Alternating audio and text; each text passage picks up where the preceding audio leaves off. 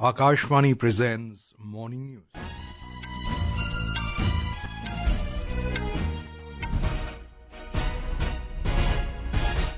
Good morning, I am Abhishek Mukhopadhyay. The headlines. Government convenes all-party meeting ahead of budget session of Parliament in New Delhi today. Budget session to begin tomorrow. Prime Minister Narendra Modi says Union Cabinet's decision on National Critical Mineral Mission will encourage India's high-tech, clean energy, defense and other key industries. Uttar Pradesh Chief Secretary and DGP to review security arrangements in Mahakumbh at Prayagraj. US President Donald Trump announces plans to set up 30,000-bed detention facility for illegal migrants at the Guantanamo Bay Naval Base. In men's hockey, India League, Tamil Nadu Dragons and Soorma Hockey Club secure semi-final spots. And in Tata Steel Chess Tournament, Indian Grandmaster Gukesh defeats Max Warmerdam of Dutch in round 10 at the Wijk in the Netherlands.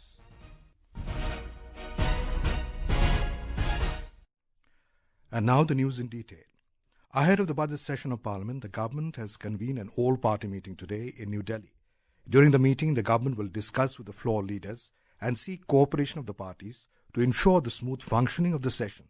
We have more from a correspondent.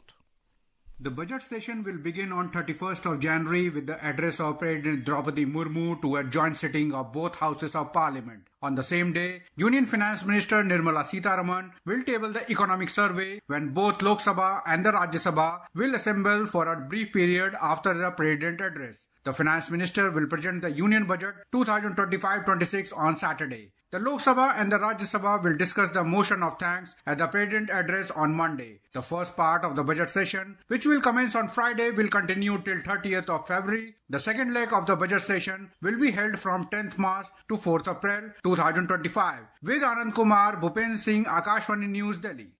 Narendra Modi has termed a major step towards self-reliance and critical minerals to decisions taken by the Union Cabinet yesterday. In a social media post, the Prime Minister said that the Union Cabinet's decision on the National Critical Mineral Mission will encourage India's high-tech, clean energy, defense and other key industries. He added that the decision relating to revised ethanol procurement price will help boost ethanol production and blending targets. The Prime Minister highlighted that it will also help reduce crude imports, empower farmers and promote clean energy. The government has approved the National Critical Mineral Mission with an outlay of more than 34,000 crore rupees. The decision has been taken to build a resilient value chain for critical mineral resources, essential for promoting green technologies. Briefing media in New Delhi yesterday, Information and Broadcasting Minister Ashwini Vaishnaw highlighted the importance of critical minerals for the development of the economy. Critical minerals इसलिए जरूरी है कि आज हमारी entire economy में energy का transition हो रहा है, ग्रीन एनर्जी की तरफ बढ़ रहे हैं। तो ग्रीन एनर्जी से रिलेटेड जितने भी है, सोलर पार्क हो, विंड टर्बाइन हो, बैटरीज हो, इलेक्ट्रिकल व्हीकल्स हो, मोटर्स हो, उन सब में क्रिटिकल मिनरल्स एक निहायती तौर पे लगते हैं। हमारी जितनी भी बड़ी इंडस्ट्रीज जो आज ग्रो हो रही है, इलेक्ट्रॉनिक, टेलीकॉम, ट्रांसपोर्टेशन, उन सब में क्रिटिकल मिनरल्स का उपयोग बहुत होता है। The Joint Committee of Parliament on the WAF Amendment Bill 2024 will submit its report to the Lok Sabha Speaker, Om Birla, today. Talking to media in New Delhi yesterday, Chairman of the 31-member panel, Jagdambika Pal, gave this information. The committee adopted a draft report on the WAF Amendment Bill 2024 yesterday. Mr. Pal said the committee has adopted amendments on 14 clauses related to the bill. He highlighted that there were detailed deliberations on the bill in the last 6 months. 6 महीने के सारे detail discussions के बाद सभी सदस्यों से हमने संशोधन मांगे थे। ये हमारी अंतिम बैठक थी कि उस 44 संशोधन पे आप इस पे सहमत हैं या इस पे असहमत हैं। तो सभी सदस्यों के द्वारा चाहे किसी पक्ष के हों, उन लोगों ने अपने संशोधन दिए थे। उसमें 14 क्लॉजेज पे या 14 संशोधनों में संशोधन स्वीकार हुआ है। The political battle is intensified in the national capital as the election to the 70-member Delhi Assembly is coming closer. Prominent leaders of the BJP, Aam Aadmi Party and the Congress are trying to woo the voters in favor of the candidates by conducting road shows, door-to-door campaigns and public meetings. The Delhi Assembly will go to polls on the 5th of next month. Akashvani News brings you a special series in view of Delhi Assembly polls. Today we take a look at the Rajouri Garden constituency.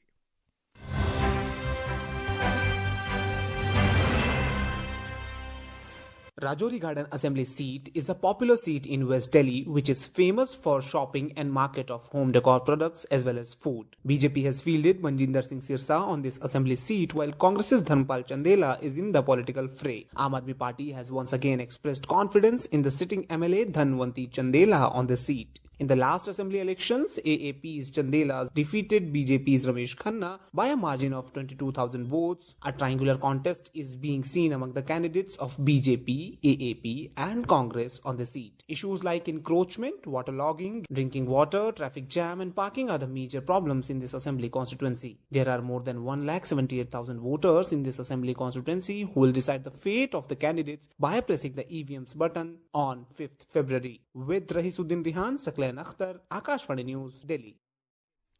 This is Akashvani giving you the news. For quick news updates around the clock, follow us on our X handle at AIR News Alerts.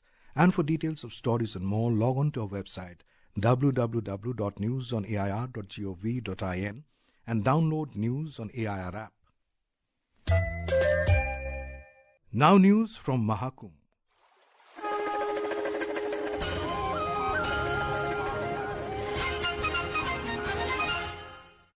More than 7 crore devotees took holy dip in Sangam on the occasion of Mauni Amavasya yesterday.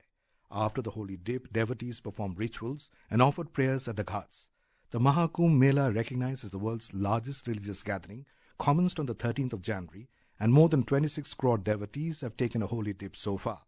The security has been increased after the unfortunate incident took place at Sangam Ghat.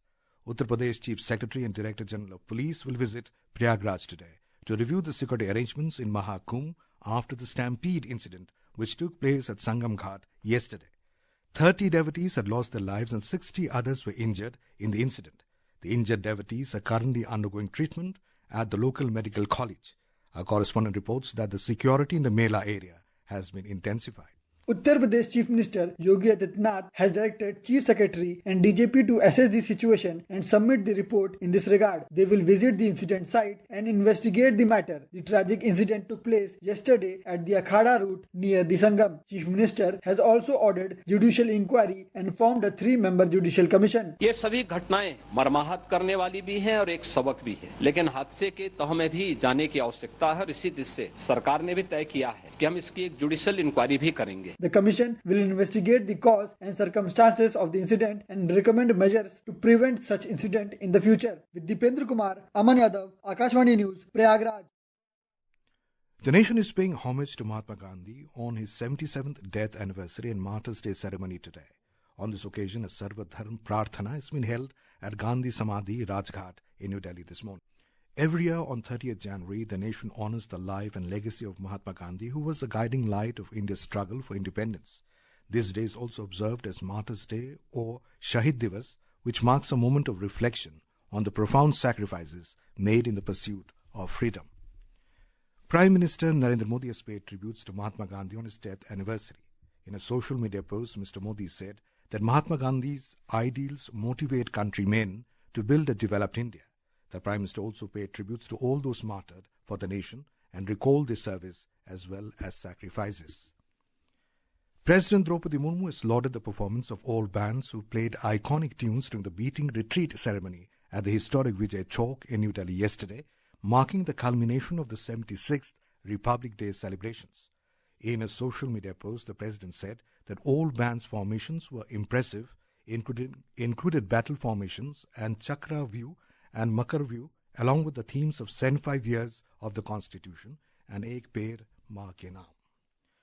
US President Donald Trump has announced plans to build a 30,000-bed migrant detention facility at the US Navy base in Guantanamo Bay, Cuba. This new center will be separate from the existing high-security prison and will house what Mr. Trump called the worst criminal, illegal aliens. Today, I'm also signing an executive order to instruct the Departments of Defense and Homeland Security to begin preparing the 30,000-person migrant facility at Guantanamo Bay. We have 30,000 beds in Guantanamo to detain the worst criminal illegal aliens threatening the American people. Some of them are so bad we don't even trust the countries to hold them because we don't want them coming back, so we're going to send them out to Guantanamo.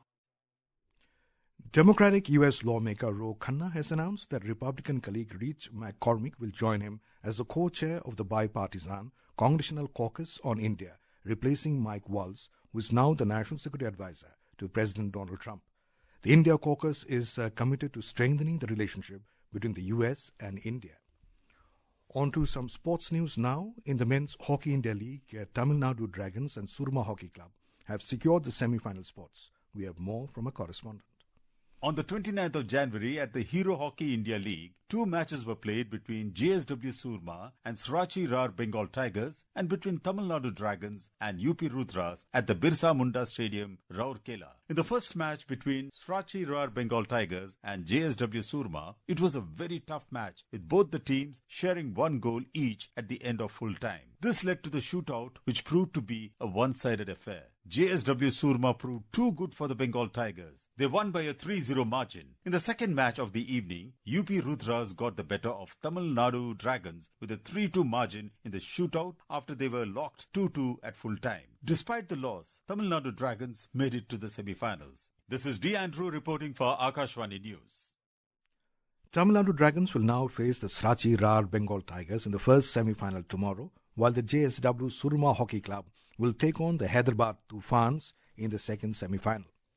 In chess, India's Domaraju Gukesh continued his dominant run at the 2025 Tata Steel Chess Tournament in the Wijk, the Netherlands. He defeated Dutch Grandmaster Max Warmerdam in round 10 to maintain his lead in the Masters category last night.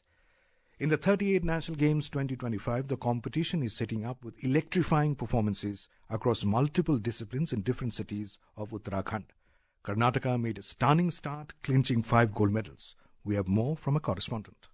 The 38th National Games witnessed an action-packed day with Karnataka making a spectacular start, clinching 5 gold medals and setting 2 new national records at Dr. Shyama Prasad Mukherjee's swimming complex, Haldwani. In the women's 100-meter freestyle event, Dhinidhi from Karnataka displayed an exceptional performance, securing the gold medal with a record-breaking time of 2 minutes, 3.24 seconds. In the men's 200 freestyle category, Srihari Natraj claimed gold with an impressive time of 1 minute, 50.57 seconds. In the 100-meter butterfly event, Benedict Brohit from Tamil Nadu dominated the men's category to win gold, while Karnataka's Dhinidhi added another feather to her cap by securing her second gold medal of the day in the women's category. As for the medal tally, Karnataka leads the standing with 5 gold and 2 silver medals, while Manipur closely follows in second place. Sakshi Singh, Akashvani News, Dehradun.